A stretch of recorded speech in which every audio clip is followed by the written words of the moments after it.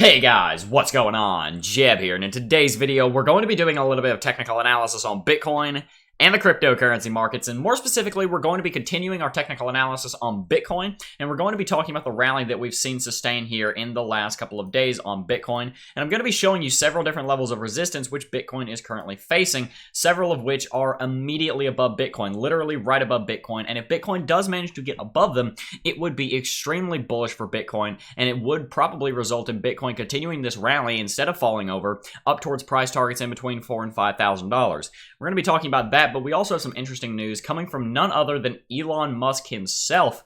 We have a quote here from Elon Musk, as you probably saw in the title, that comes from this quote right here. Elon Musk seems to be bullish on Bitcoin, and if you guys don't know, I'm quite a big fan of Elon Musk, and so is the majority of the cryptocurrency space, if I'm reading my demographics correctly. You guys seem to be a fan of him also. So we're going to be talking about all of that and more in today's video. So if you do enjoy today's video and you do want to see Elon Musk host meme review, definitely consider dropping a like, hitting that subscribe button, and smashing the notification bell, guys. Anyway, without much further ado, let's go ahead and get right into it. Bitcoin at the time of recording this video is hovering right around $3,950, about $100 lower than where it is hovering on Bitfinex, but of course there is that discrepancy there. Bitcoin has had a two-step rally. In the last 2 weeks or so, we've seen Bitcoin break out bullish once here. It traded sideways, and then we broke very bullish again. We got through $3,800, and right now, as we were yesterday, are knocking on $4,000 door. But it's not only $4,000, which is the level of resistance we're looking at. We're looking at a couple of others also, and I'll be talking about those in just a second. Let's go ahead and jump on over to CoinMarketCap. Let's go back to the main page. I'll get to that page in just a second. As we can see here, across all exchanges, Bitcoin is hovering around exactly $4,000. We're testing that as a level of resistance, and Bitcoin is up by about 1.2% over the last 24 hours. The majority of the market is green, but not a very strong green. Of course, the market's kind of flattened out over the last 24 hours, which isn't a bad thing. We're consolidating. We're going into a flag, a pennant, whatever you want to call it. We're consolidating, perhaps with the ability for Bitcoin and the rest of the market to take another leg up. So there's definitely a chance for that. Some altcoins are doing pretty well, though. We see Litecoin and EOS are up about 7%, and Binance Coin is up 15%. Binance Coin, since Binance really started getting big in the 2018 bear market, Binance Coin has actually been performing very, very well in this bear market compared to many other cryptocurrencies, and we see that shining through today as Binance Coin is up 15%. Now, if we sort by change over the last 24 hours here, we're going to see that there are 5 double-digit gainers in Maker, Quant, BinanceCoinCrypto.com, and Storage. And if we scroll down, we're going to see the majority of the market is green, probably 65 to 70 cryptocurrencies in the green. But the thing I want to talk about on CoinMarketCap today is actually the volume. As we can see here, Bitcoin has $9 billion of volume in the last 24 hours. Tether has around $8.5 billion. EOS and Litecoin have $2 billion and $1.5 billion of volume, respectively. And Ethereum has $4.5 billion of volume. All of that's adding up to over $30 billion in volume over the last over the last 24 hours, actually. If we look at the last year, what we're going to see is that volume has actually been gradually picking back up, especially ever since we broke below $6,000. It's been gradually coming back up. You see on the tooltip down here, it says 24-hour volume. Check that. It's been hovering around 10 billion, maybe 20 billion. Back over here is around 10 billion for the entire market. This is the entire market, not Bitcoin. Around the entire market, we were hovering around 10 billion to 15 billion. And after we started falling, it started picking back up and up and up and up and up.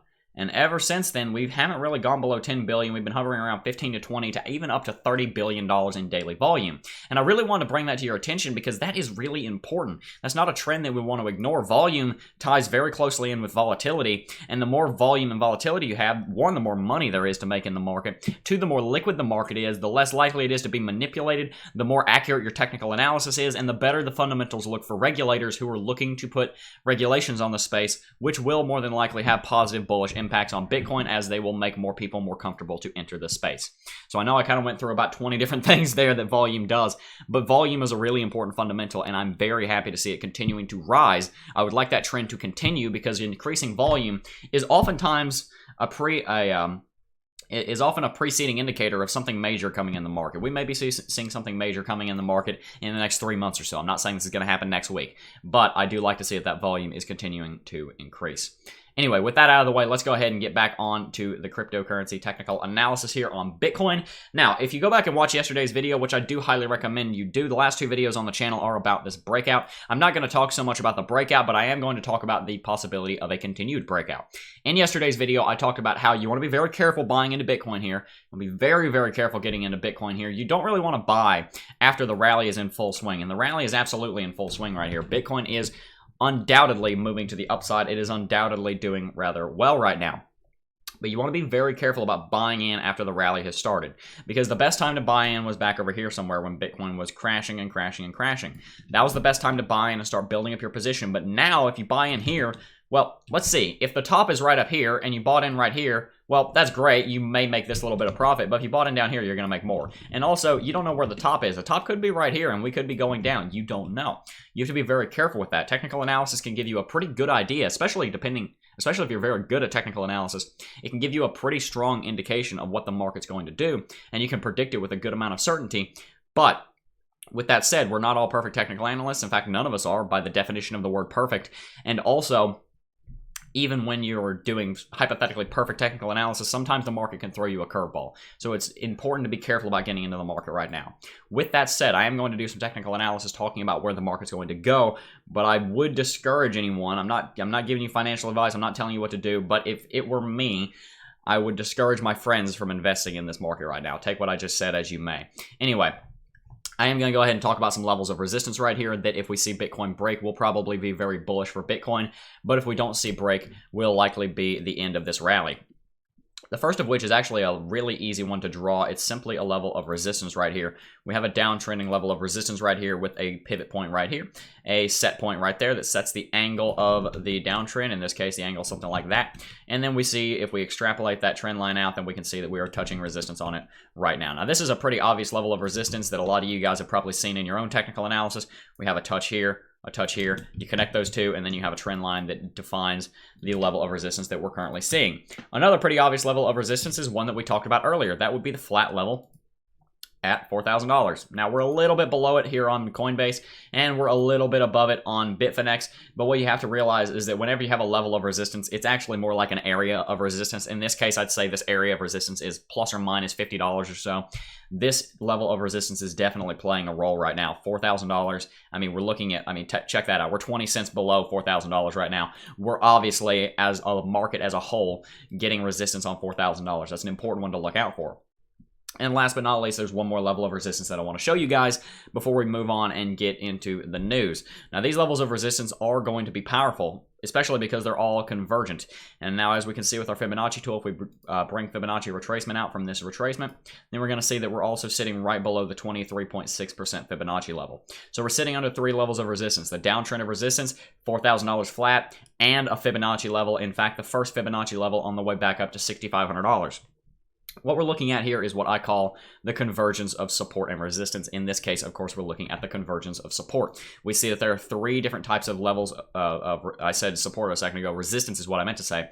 We're seeing that there are 3 types of resistance lining up: the Fibonacci level, the downtrend, and $4,000 flat. Those 3 levels of resistance are all in the same area, and because of that, this kind of makes one giant mutant level of resistance right here, which is going to be very difficult for Bitcoin to get through.